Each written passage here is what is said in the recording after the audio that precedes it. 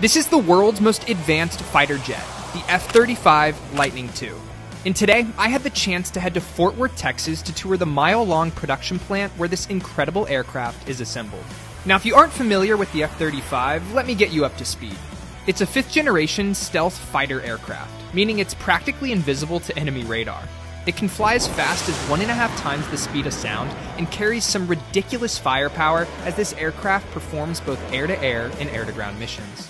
Now, the jet comes in 3 different variants. The A model designed for traditional runways, the C model used for carrier operations, and if you've ever heard something about this jet being able to hover, well, that's the B model, optimized for short takeoff and vertical landing. Now, when I arrived to the assembly line, it was pretty incredible. For starters, the entire place looked like something right out of the Avengers, not to mention that the history of this facility dates all the way back to 1942, where the building was producing the B-24 Liberator during World War II. Now, you can really think of the F-35 production line as just a bunch of Legos. At each stop along the way, a different component is added and the Legos are pieced together, getting closer and closer to the final product. Now, once I finished my tour of the line, there were a few more surprises in store.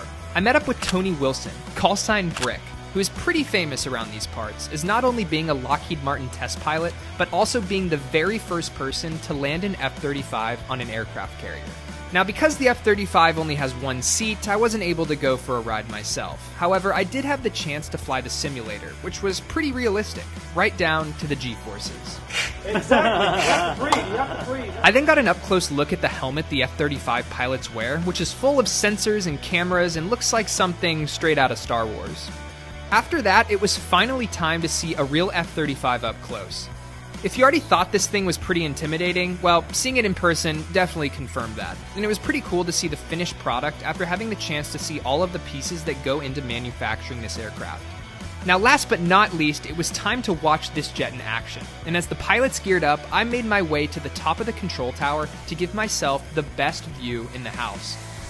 After that, it was time for takeoff. And let's just say, the F-35 did not disappoint. All right, here we go.